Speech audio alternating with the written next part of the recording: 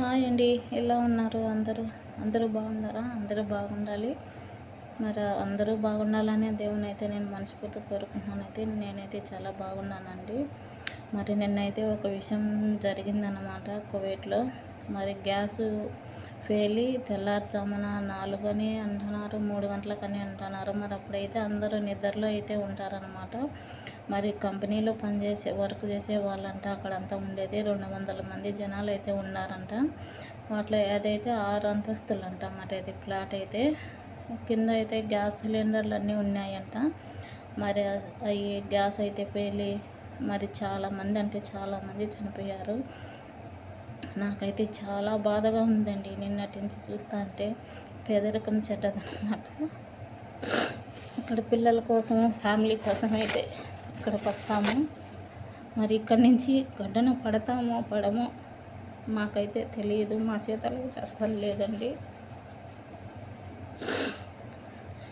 మసరి చాలామంది అంటున్నారు అండి, కేరళ వాళ్ళు, తమిళనాడు, కేరళ, అదే కర్ణాటక అంతా మన భారతీయులు అయితే చాలామంది అని చెప్తున్నారు. మన భారతీయులు అయితే 49 మీద ఏమో అన్నారు నిన్నటికైతే. మరి ఇప్పటికైతే ఎంతమంది మరి ఇదైనారో ఏమో తెలియదు. ఎందుకంటే ఇక్కడ ఫ్యామిలీని చాకునే దానికి వస్తాము. ఈ ఘటనలన్నీ జరిగినప్పుడు అయితే ఒకసారి మనసుకైతే చాలా అంటే చాలా బాధ అనిపిస్తుందండి. ఇంటి దగ్గర ఫ్యామిలీతో గెంజోగటో ఏదో ఒకటి ఒక పూట తినకో అందరితో కలిసి ఉంటాము కదా అని అయితే అనిపిస్తుందన్నమాట. మరి మన చేతల్లో ఏమీ లేదు చేయగలిగేది. మరి ఇక్కడికి వచ్చి ప్రతి ఒక్కరూ ఈ గల్ఫ్ దేశం వచ్చిన ప్రతి కార్మికులు, ప్రతి వర్కర్లు అందరూ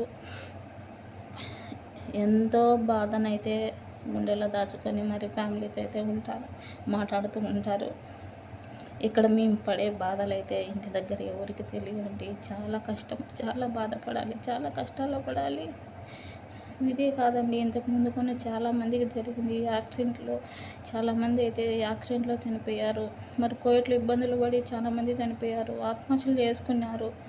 చాలా చాలా అంటే చాలా రిస్కులలో అయితే పడినారు. మరి ఎంతమందో ఈ గల్ఫ్ దేశం వచ్చి ప్రాణాలు కోల్పోయి ఫ్యామిలీకి కడుపు కోత ఇచ్చిన వాళ్ళు చాలామంది ఉన్నారు ఈ గల్ఫ్ దేశంలో. ఇక్కడైతే ఎండాకాలం ఎక్కువ అండి, ఎండలు అయితే ఎక్కువ అన్నమాట. వేసవి కాలంలో మరి గ్యాసుల కాడ అయితే జాగ్రత్తగా ఉండాలి. ఎందుకంటే ఎండలు ఎక్కువ కాబట్టి గ్యాసులు ఎక్కువ వీట్ వచ్చేస్తాయి. వీట్ వచ్చేసి ఎండల కాలం వచ్చిందంటే ఏదో ఒక చోట మాత్రం జరుగుతూనే ఉంటుంది ఇది. కానీ ఎప్పుడు ఇంతమంది అయితే ఎప్పుడు చనిపోలేదండి. జరుగుతూ ఉంటాయి మామూలుగానే. ఎండల కాలం మాత్రం గ్యాస్ పేలుళ్ళు అనమాట. ఇక్కడ ఎండలు ఎక్కువ కాబట్టి గ్యాస్ అయితే ఎక్కువ వీటిలో వచ్చేస్తాయి అన్నమాట. చాలామంది జరుగుతూ ఉన్నాయి, కానీ నిన్నంత ఘోరం అయితే ఏ రోజు జరగలేదండి. నిన్నైతే చాలా అంటే చాలా ఘోరం జరిగింది. పాపం కొంతమంది అయితే తప్పించుకోవాలని చూసినారు, కానీ వీలు కాలేదు పాపం. చాలామంది అయితే ఇదే అయిపోయారండి. నేనైతే ఈ గల్ఫ్ దేశం ఉన్న ప్రతి ఒక్క అక్క చెల్లెళ్ళకైతే చెప్తున్నాను, గ్యాస్ కార్డ్ మాత్రము జాగ్రత్తగా ఉండండి. ఎందుకంటే ఎండల కాలం మీకు తెలుసు, ఇక్కడ వర్క్ చేసే వాళ్ళకు ప్రతి ఒక్కరు అక్క చెల్లెళ్ళకి అందరికీ మీకు తెలుసు. ఇక్కడ వేసవి కాలం ఎండలు ఎక్కువ కాబట్టి గ్యాసులు అయితే మరి పేలిపోతూ ఉంటాయి. ఇలా చాలామందికి అయితే జరిగాయి. మరి మీరు కూడా జాగ్రత్తగా ఉండండి. గ్యాస్ ఎప్పటికప్పుడు ఆఫ్ చేసుకోండి వంట పని అయిపోతే. మరి నైట్ రూమ్కి పోయేటప్పుడు అయితే అవి కూడా అప్పుడు కూడా అన్నీ ఆఫ్ చేయండి. కరెంట్లు కూడా స్విచ్లు కూడా అన్నీ ఆఫ్ చేయండి. మా ఇంట్లో కూడా మొన్న ఒక విషయం జరిగిందండి. మధ్యాహ్నం అయితే నాకు 1 గంట సేపు రెస్ట్ ఇచ్చారనమాట. నేనైతే పని అంతా క్లోజ్ చేసుకొని మధ్యాహ్నం భోజనాలు తినేసిన తర్వాత అయితే రూమ్కి వెళ్ళాను. మరి నేను వెళ్ళిన 1 గంటకి అర్ధ గంటకి అయితే మేడం అయితే వచ్చింది 1 రూమ్లోకి.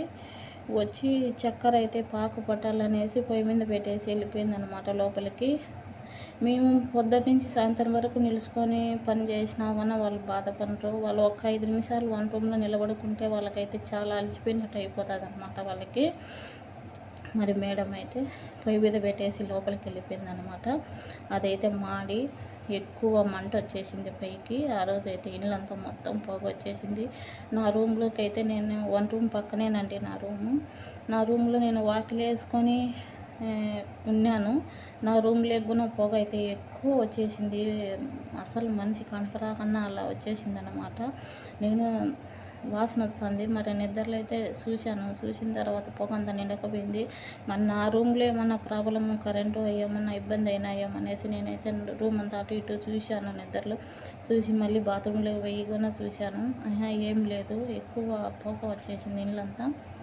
మళ్ళీ మేడం అయితే డోర్ కొట్టింది వచ్చి, పొగ కనపరాలేదా నీకు, వాసన రాలేదా అని. మరి ఏం జరిగిందంటే వన్ రూమ్లోకి వచ్చి చూస్తే ఎక్కువ మంట వచ్చేసి పైన కూడా నల్లగా అయిపోయిందండి. పొగ పోయే కాడ కూడా అలా జరిగిందనమాట.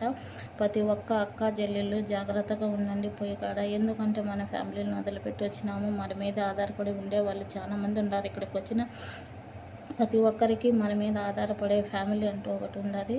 ఖచ్చితంగా జాగ్రత్త పడండి, జాగ్రత్త పడాలి, సరేనా? మనకెంత కష్టమన్నా ఉన్నా కానీ ఒక నిమిషము చెక్ చేసుకోండి. వన్ రూమ్లో మీ రూమ్కి వెళ్ళేటప్పుడు మాత్రము తప్పకుండా ఈ పని అయితే తప్పకుండా చేయండి. సరే ఫ్రెండ్స్,